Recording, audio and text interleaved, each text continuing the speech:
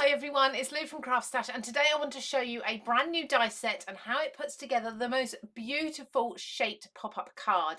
Now in the new collection there's a range of 4 different shaped pop-ups. I'm going to be using the hexagon one today, and it creates this beautiful card that's really dimensional, lots of layering involved if you want to add it in, and it's just a nice, fun and unique card that you can gift, but it all folds flat for you so it can go into an envelope. So I'm going to talk you through step by step how to die cut and put this together, and then decoration is entirely up to you, so it really can be for any occasion. I've done this for a wedding, it could be for something like Valentine's as well. It's entirely up to you. So as I say, I'm going to be using the Hexagon pop-up die set, and that is this one. There are 2 main pieces for the die set here that we're going to be cutting, and then everything else is mats and layers. We've got some other shapes as well, but I will show you those a little way into the video. So these 2 main base shapes you're going to want to cut from the same colour cardstock. If you don't do it from the same colour, half your card is going to be one colour and half the other, because these 2 join together to create a full hexagon. Now I'm using my Creative Craft Products low tack tape just to hold those still onto my cardstock, and my cardstock is around about 300 GSM, so it's nice and strong for construction. Now I'm also going to be using my new Creative Craft Products die cutting machine. This is the A5 platform one, and what I love about this machine is that it has settings for each of the techniques you might need to use. So it has a setting for die cutting, for letterpressing, for embossing with 2D and 3D folders, but you can also change the dials so you can adjust the pressure on each setting also. So I'm going to set this to die cut, and then I'm also going to just have this on 0 because I know these dies cut beautifully.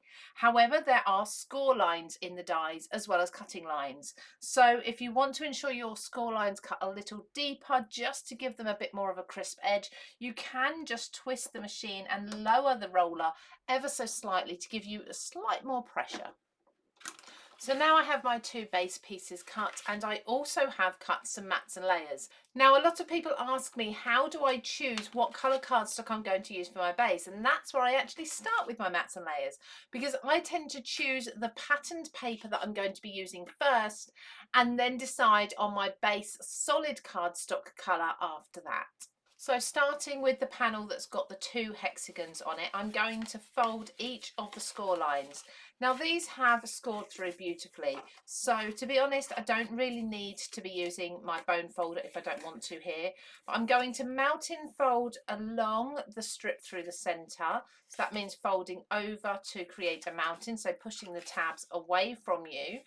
And then I will use a bone folder just to make these a little bit stronger, although like I say, I don't need it because the scoring element of the die has done the job perfectly. And then with the hexagon that has got the score line through the middle facing away from me, I've done a valley fold there, so I've lifted that up. Again, I'm going to just burnish that down with my bone folder. The second hexagon, you'll notice, has no score lines. So this hexagon, and you turn it over, is going to be the back panel for your design. So this is going to stay popped up at the back. The strip through the centre will fold round as a band around the middle, and this bit in the middle is going to create your pop-up. Very similar with the second piece, we're going to mountain fold the strip, and we're also going to fold the crease along the centre of the hexagon. Now if you bring in both of your strips and a good glue, so I've got the Creative Craft Products bookbinding glue, and we're going to put both the scored hexagons next to each other with the strips on the outside. Now you want to lift up these outer panels on each of the scored hexagons, put them together and glue them together. So I'm going to use my bookbinding glue. I will just place it on the reverse of one of the hexagons. And then I will place these 2 together on my craft mat, pinch them, making sure that they are lined up perfectly, and give that a few minutes for that to dry. Once that has dried, pinch the entirety of both of the hexagons together and lift up the strips so you're folding everything completely flat.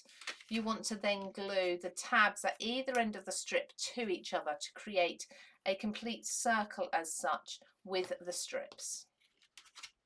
Make sure you're gluing these tabs so that they remain on the inside of your hexagon box rather than the outside to keep things neat.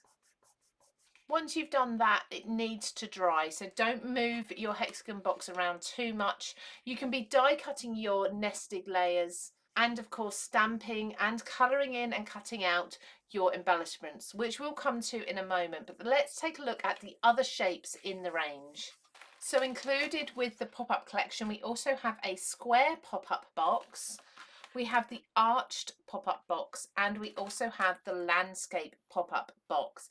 Now each of these will fold completely flat. Here's an example of the arched one, which I've actually put inside a card, and when you open it up you have all of this dimension. So this can be created with absolutely any of these. I would suggest though for inside a card, the arched one, the square and the rectangle would be best. The hexagon's a little bit harder inside the square because you don't have that 90-degree angle to work with. You'll see a video tutorial for this card over on my channel coming up very soon. Now for decoration, there's 4 new Stampin' Die sets. There's You're So Fly, which includes butterflies, birds and some florals.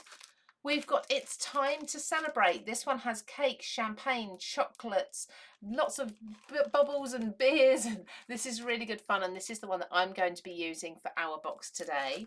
Then there's Party Like It's Your Birthday. So these have balloons and presents, cupcakes, banners, confetti.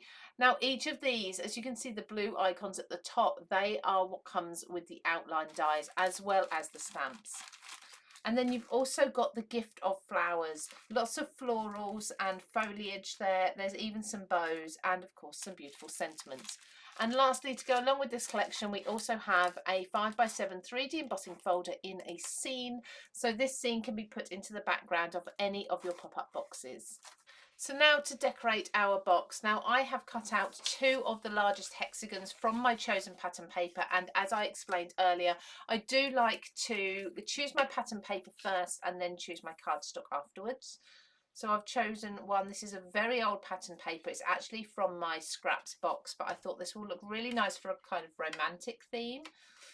So this is going to be for a wedding, only because we've got the sentiments, congratulations, and on your wedding day, that I thought would fit really nicely.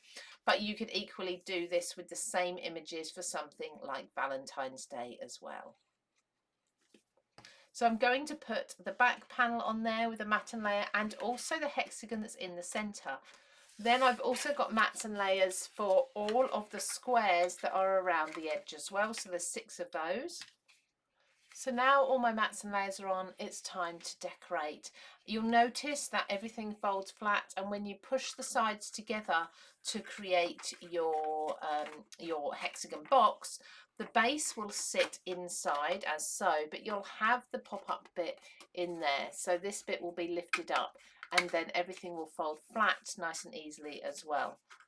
So I've stamped some of the images using the It's Time to Celebrate stamp and die set, and I've coloured them in using my alcohol markers. These are the Creative Craft Products alcohol markers. I'm just going to glue the reverse and place these around the hexagon box, some on the inside and some on the outside.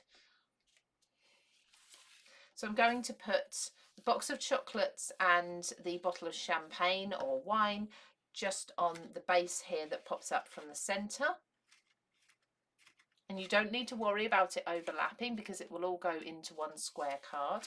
For a sentiment, I've chosen to go with On Your Wedding Day. I've used gold embossing powder onto white cardstock for this, and I'm going to put this in the centre of the back panel. And then I'm going to continue with the additional images here. So we have like the love letter or the gift card.